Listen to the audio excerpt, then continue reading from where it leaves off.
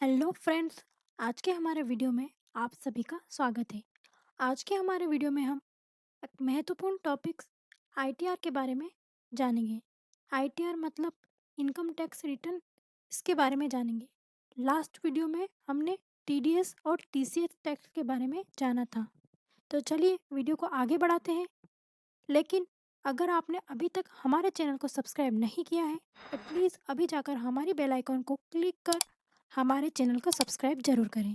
तो चलिए देखिए, हम आज आईटीआर क्या होता है यह जानेंगे, और आईटीआर कितने प्रकार के होते हैं, और इसको भरना क्यों ज़रूरी होता है, और इसका क्या महत्व या मतलब होता है।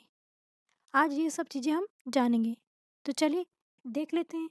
देखिए, आयकर रिटर्न यानी आईटीआर एक ऐसा फॉर्म होता है या है जिसका इस्तेमाल आयकर विभाग में आयकर लगाने के लिए किया जाता है।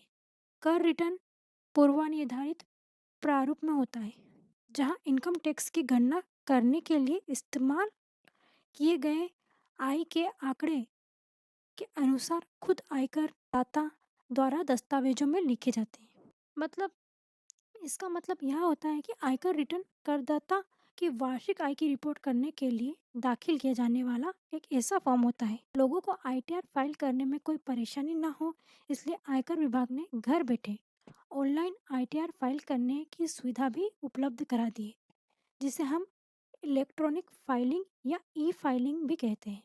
इसी तरह से आयकर रिटर्न फॉर्म जो होते हैं वह विभिन्न रूप के होते हैं, मतलब विभिन्न प्रकार के होते हैं। जैसे ITR 1, ITR 2, ITR 3, 4, 5, 6 और 7, ये सब आईटीआर के प्रकार हैं। कुल मिलाकर 7 प्रकार के आईटीआर होते हैं। आयकर रिटर्न फॉर्म मूल्यांकनकर्ता की आय के स्रोत और निर्धारित की श्रेणी में मानदंडों के आधार पर भिन्न होते हैं। मतलब आयकर फॉर्म जो है वो आय के स्रोत की जो श्रेणी होती है उसके आधार पर अलग अलग होते हैं। ठीक है।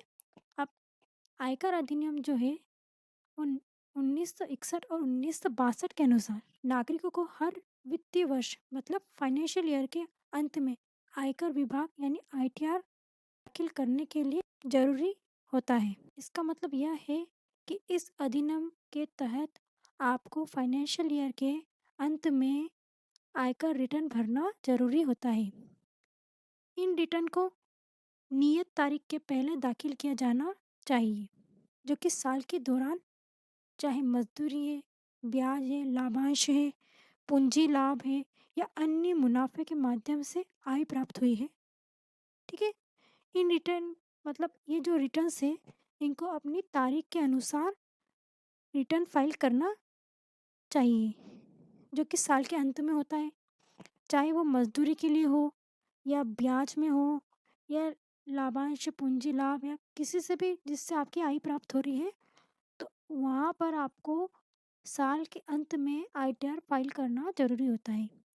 किसी व्यक्ति की कमाई पर इनकम टैक्स चरणबद्ध तरीके से लगता है। मतलब किसी भी व्यक्ति की इनकम या कमाई पर आईटीआर निम्न रूप से लगता है, चरणबद्ध तरीके से लगता है। जैसे जैसे आपकी कमाई बढ़ती जाएगी वैसे वैसे इनकम टैक्स की रेट भी ज़्यादा होती जाएगी। मतलब आपकी आय के आधार पर आपको आईटीआर फाइल करना होगा। ठीक है। उसी के आधार पर आपको टैक्स आपका बनेगा। अब आईटीआर दिखाने पर वीज़ा आसानी से मिल जाता है। शेयर है या म्यूचुअल फंड है, इनमें निवेश करने वालों के लिए आईटीआर बहुत आवश्यक होता है या मददगार होता है। और हमें जब भी वीज़ा की आवश्यकता होती है तो किसी भी वीज़ा के लिए आवेदन के समय आपको रिटर्न फाइलिंग के प्रमाण की आवश्यकता होती है। मतलब वीज़ा बनवाने के लिए आपको आईटीआर प्रमाण की आवश्यकता होती है। किसी ऋण को लेने के लिए आवेदन करते समय रिटर्न फाइलिंग का प्रमाण भी आवश्यक होता है। किसी भी आप ऋण मतलब उधार ले रहे हो तो आवेदन करते समय आपको रिटर्न फाइलिंग का प्रमाण यानी प्रूफ देना आवश्यक होता है। जब आप किसी धार्मिक उद्देश्यों या किसी अनुसंधान संघ या समाचार एजेंसी, राजनीतिक दल, शैक्षणिक या चिकित्सा संस्था, ट्रेड यूनियन के लिए ट्रस्ट के तहत रखी गई संपत्ति से प्राप्त आय प्राप्त होने पर आपको आयकर रिटर्न दाखिल करने की आवश्यकता होती है। मतलब आपको ये सब जो भी चीज़ें आप करोगे तो उसके लिए आपको आईटीआर रिटर्न फाइल करने की आवश्यकता होती है। ये बहुत ज़रूरी है। अब आयकर रिटर्न भरने के फ़ायदे भी देख लेते हैं हम। किसी भी कर कटौती का दावा करने के लिए आईटीआर की आवश्यकता होती है। ठीक है? किसी के भी टैक्स की कटौती करने के लिए आपको आईटीआर की आवश्यकता होती है। आप आसानी से स्वीकृत ऋण प्राप्त कर सकते हैं। आप आपको आसानी से जो भी ऋण की प्राप्ति करनी है वो आप आसानी से आईटीआर के साथ कर सकते हैं। आपको किसी कर रिफंड का दावा करने के लिए आईटीआर की आवश्यकता होती है। ठीक है? यदि आप इक्विटी मार्केट में निवेश कर रहे हैं और बेच रहे हैं या शेयर खरीद रहे हैं तो आयकर रिटर्न भरना आपके लिए फ़ायदेमंद हो सकता है। मतलब आप कहीं पर भी पैसा लगा रहे हैं, निवेश कर रहे हैं, शेयर खरीद रहे हैं या बेच रहे हैं तो वहाँ पर आपको आईटीआर आपके लिए फ़ायदेमंद मददगार होगा। व्यावसायिक संगठनों के लिए पात्र बनने के लिए आयकर रिटर्न आवश्यक होता है। ठीक है? व्यावसायिक संगठनों के लिए जो भी व्यावसायिक संगठन होते हैं उनके लिए पात्र बनने के लिए आपको आयकर रिटर्न भरना आवश्यक होता है। ठीक है? तो ये आईटीआर रिटर्न क्या होता है, इससे क्या-क्या फ़ायदे हैं, ये सब हमने थोड़ी जानकारी ली है। ये एक इम्पोर्टेंट डॉक्यूमेंट होता है जिससे कोई व्यक्ति और बिज़नेस एक खास फाइनेंशियल ईयर के लिए अपनी इनकम और टैक्स लायबिलिटी का खुलासा करते हुए इनकम टैक्स डिपार्टमेंट में जमा कराते हैं। ठीक है? उसे हम आईटीआर यानी इनकम टैक्स रिटर्न कहते हैं। यह एक बहुत ही महत्वपूर्ण डॉक्यूमेंट होता है। तो यह आईटीआर के बारे में कुछ जानकारी थी जो कि आपको जानना ज़रूरी था।